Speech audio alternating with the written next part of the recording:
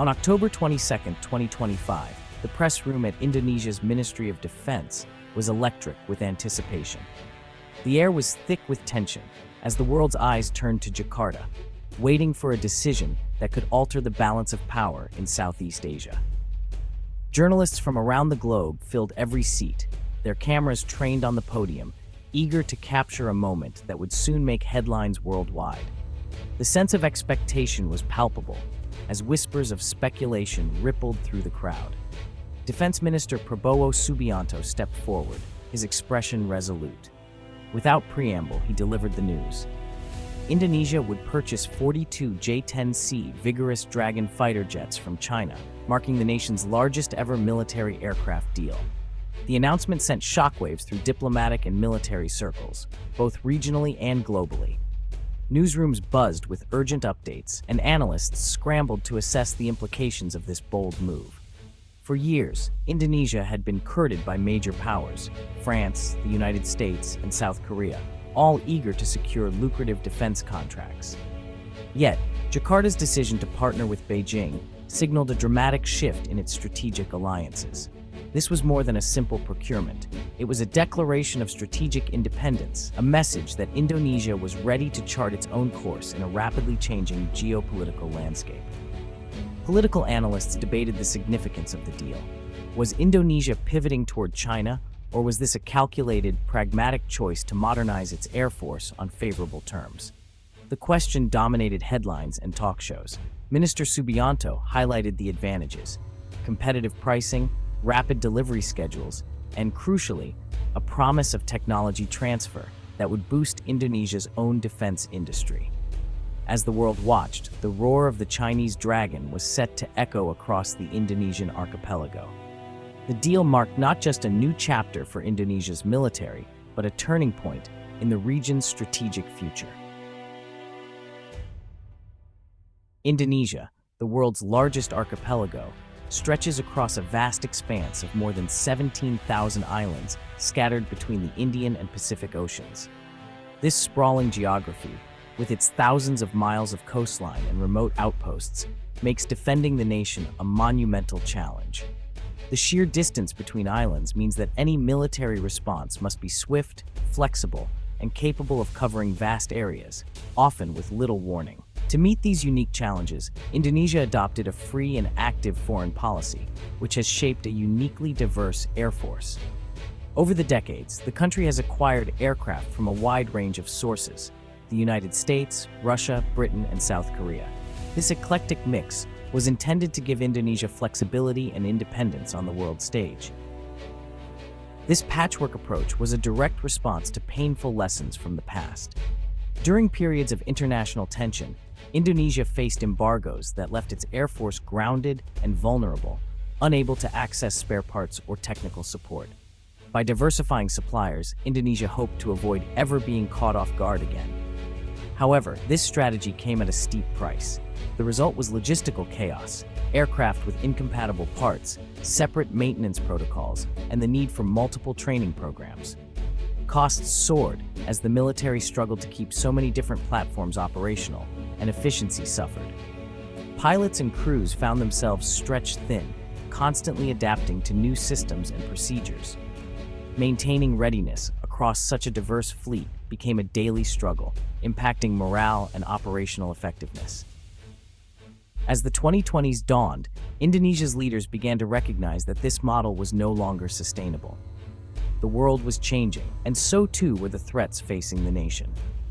The rapid rise of China as a regional power, along with renewed great power competition in the Asia-Pacific, underscored the urgent need for a more unified and modern air force. Indonesia could no longer afford to rely on a fragmented collection of aircraft.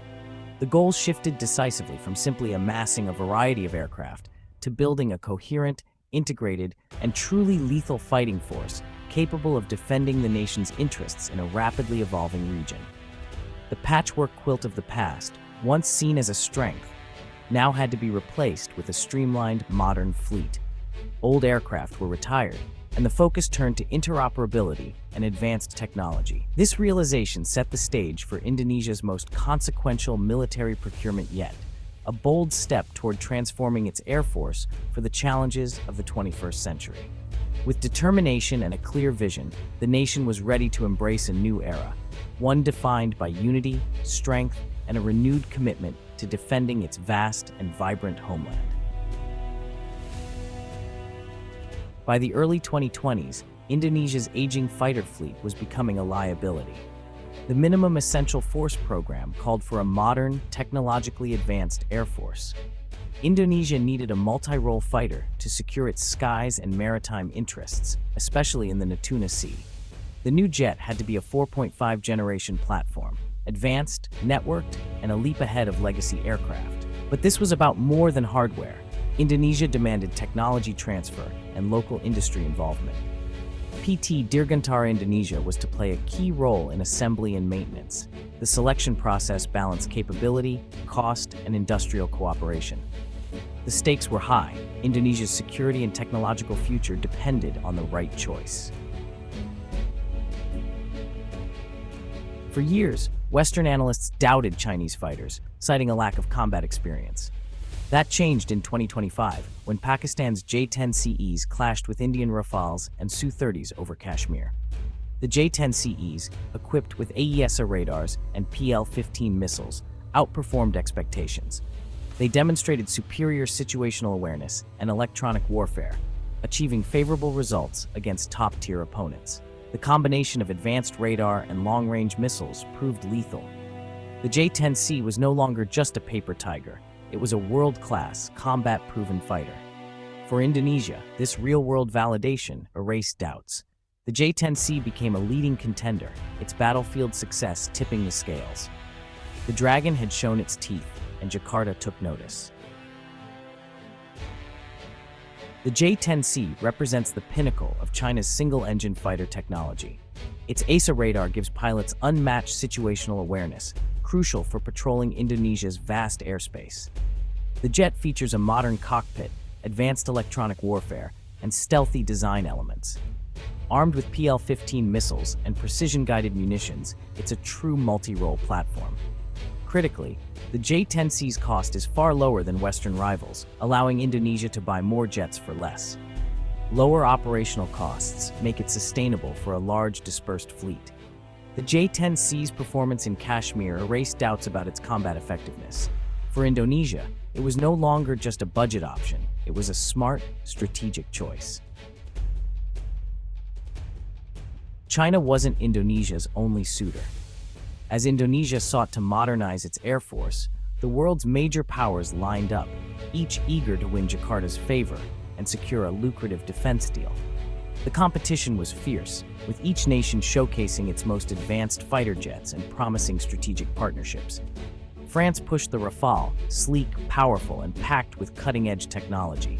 But for Indonesia, the price tag was daunting, making the deal seem out of reach for a country balancing its defense ambitions with budget realities.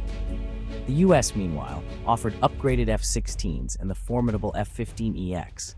These jets came with promises of interoperability and support, but also with a web of political strings, export controls, and the ever-present risk of shifting US foreign policy. Memories of past US sanctions still lingered in Jakarta, making Indonesian leaders wary of becoming too dependent on Washington for their national security needs.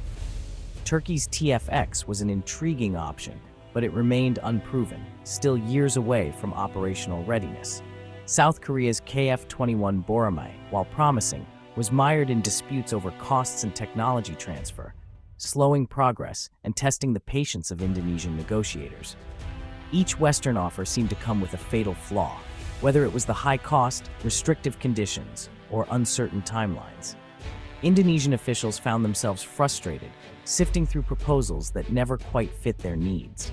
China, by contrast, presented a straightforward deal: advanced J-10C jets, rapid delivery schedules, and a promise of deep industrial cooperation, including technology sharing and local assembly.